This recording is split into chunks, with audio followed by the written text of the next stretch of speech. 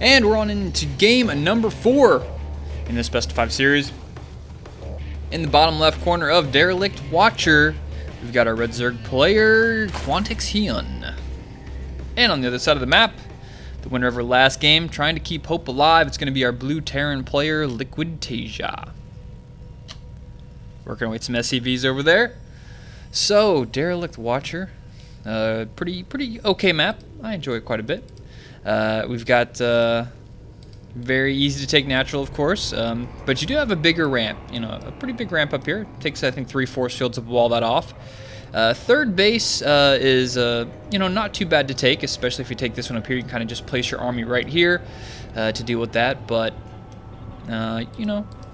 we'll see how it goes. See if Taeja decides to go up to those 3 bases, or if he's going to stick to 2, or what Hyun is going to do. Hyun more than likely will get on 3 or 4 bases now. The 4th base is where it gets a little bit tricky for the Zerg player, because you got your 3rd base way up here, then you have to go all the way down here to the bottom of the map to get your 4th base.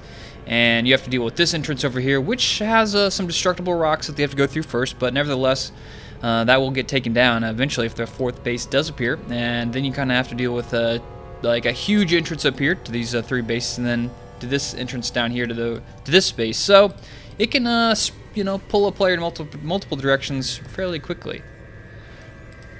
Refinery going up for Taeja, and hatch first for Hyun. So everything looking pretty standard so far.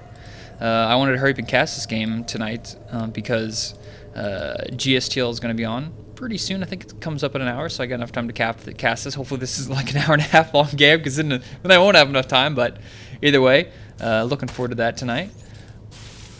And I'm actually looking forward to DreamHack this coming weekend. That's going to be a lot of fun. There's a lot of big names come to DreamHack. So Taeja definitely going to be one of the guys going to DreamHack. I'm not sure if Hyun is on the player list. I'm thinking about it right now, and I don't remember him being on there, but Taeja definitely going to go there. And there's just a all-star cast lineup. So if you guys looking for something to do this weekend, DreamHack Bucharest is going to have so many top-notch players up there. So Reaper's going to come out here for Taeja. Hyun working on some gas, working up to that 100 gas. We'll see if he's going to stick with that or stop there and get the speed and getting this natural up and going. Overlord will scout out this Reaper, and of course we'll just see Hyun do the pretty standard play, work with the queens, work with a couple Zerglings, and keep that Reaper at bay. Commands that are going down at the natural. This is a really common thing you can do. Once you have those Reapers out of the map, you've got map control, you kind of have the Zerg player you have the Zerg player defending themselves. Sometimes we'll have a Zerg player make a couple extra Zerglings, leave just enough to deal with the Reaper, and then send like 2 or 3 to this natural down here just to delay that. But, Hyun taking the safer approach here, just keeping all those Zerglings out and alive. He wants to keep every drone alive as much as possible, keep these guys alive so his economy doesn't get hurt whatsoever. And he sees the tech switch already. After 2 Reapers out, he's going to go straight into Reactor, make that factory, probably start pumping up some Hellions. And we have seen Taeja last game go for that Marauder Hellion push. But this map is a lot bigger, and the openings are a lot wider, so I don't know if I would really expect him to do that exact same build this game, especially since he's going for a quick 3rd that gets scouted out immediately by Hyun. Hyun sees everything now, so he knows the quick 3rd is coming up. He saw the factor with Reactor Hellions. That's going to be coming out in just a little bit, so he's got to feel pretty confident. We're going to see a 3rd coming out of Hyun here in just a little bit, I would imagine. There's not really much to stop him from making a 3rd. Hellions are nice, but they really can't take down buildings until you get an insane number of them. You're talking like 10 plus Hellions to start actually doing some serious damage to a hatch. So he's going to take the hatch up here.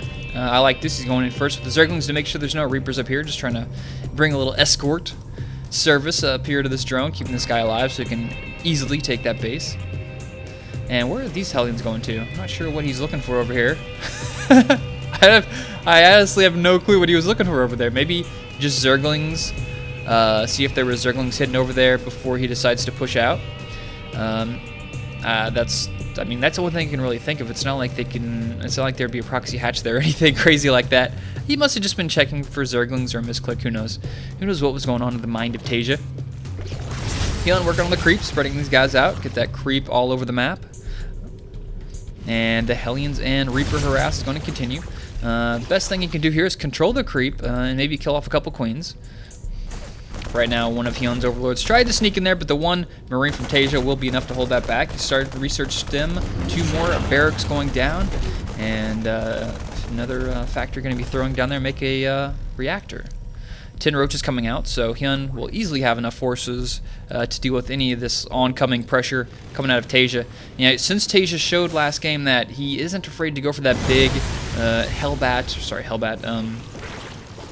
Hellion Reaper Marauder play, Hyun, you know, kind of makes sense that he's playing a little bit safer here. He's made 10 roaches at this point, and these aren't roaches to go on to do any attacking anytime soon, especially considering you saw the 3rd CC go down there.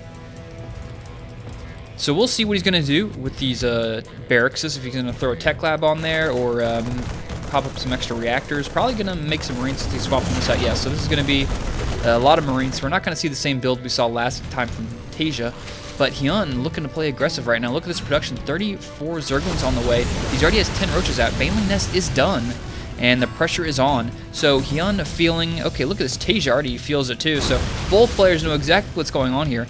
And Taeja's going to have to deal with this pressure. He's going to have to deal with the huge number of Zerglings and Banelings coming his way.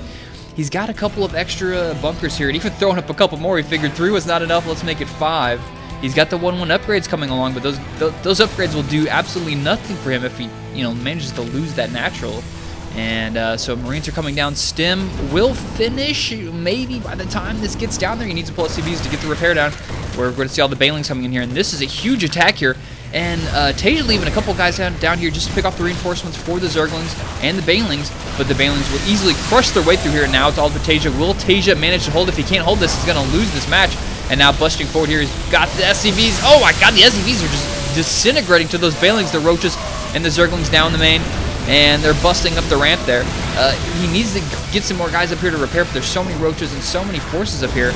The Hellions managed to kill most of those reinforcements, so now it's just all the Roaches and a couple of Zerglings still left alive here. He's got these extra bunkers that are still managing to stay alive. Now reinforcements will continue to flow down here. He's got the 3 barracks pumping away there, and these Roaches will manage to go down with the Marauders that have came out, and Taeja has managed to hold this fight off for the time being. Stim is finished now, +1. 1 is just about done as well, and we're going to see Hyun continue the pressure. He's droning up behind this, so he's got a lot of Zerglings making their way forward here. Taeja's going to have to rebuild his front, get this wall up, and try and survive this next attack here. The last one, how many workers did that actually kill? 23 workers killed, so this one needs to do significant damage to his army to just, oh my god, there's nothing up there at the top of the ramp. These Banelings can just freely walk in there, and the Banelings are making their way up into the main. Oh my god, the natural looks like it's going to hold, but how much damage can these Banelings do? Taking out a couple SCVs, and there's not that many SCVs left for Taeja. Taeja critically trying to save these SCVs, running them straight through the gauntlet of Marines and Marauders, and with the medevac support here, it looks like this will be the last little bit of aggression from Hyun for the time being, and he's done a significant blow to Taeja as far as his damage goes. And look at this orbital command. This thing is half-life just based on splash damage from the Banelings, which is quite crazy. So, you know, Taeja's in a pretty shitty situation. 38 workers have been killed so far. So let's check the worker count while we're at 24 versus 63. Hyun has just an amazing lead right now, easily sitting on 3 bases. But the 3rd base from Taeja managed to be sneakily placed away down here, and Hyun didn't notice that, so that was a little bit of a misplay here from Hyun. Hyun did scout at the 3rd base a little bit sooner, and he could have easily came down here with the 2 or 3 Zerglings. He just forced a lift off here, but the whole time during these 2 attacks that have been going on, Taeja has been dropping mules there and just creating SCVs, so Taeja getting a little lucky down there that Hyun forgot about that 3rd base, or possible 3rd base. And now we're going to see the upgrades from Taeja start to play an effect here. We have the push up the middle here from Taeja. Is he going to get an evolution chamber? What's he going to go for? He's going to go for that queen, and just continuing to push the pressure in here. He's got 4 medevacs, which will allow him to easily pick up these guys, and he needs to lift up before the Banelings connect, but the Banelings weren't enough. They kind of busted right there on those Marauders, and these Marines are doing so much damage here. I don't think Hyun was expecting this type of attack coming so fast, like such big counter-aggression, but with these medevacs, you know, Taeja just walks right on in here and takes out that natural. So Hyun really underestimating the damage that Taeja could do here. He's lost both of his evolution chambers, and now Taeja has completely turned this game around. Supply is now favoring Taeja after that first attack, so Taeja still doesn't have combat shield. +2 is on the way here for his Marines. He's got a good production working up here. He's going to have 5 barracks with a lot of reactors here, just 1 tech lab there to make a couple Marauders.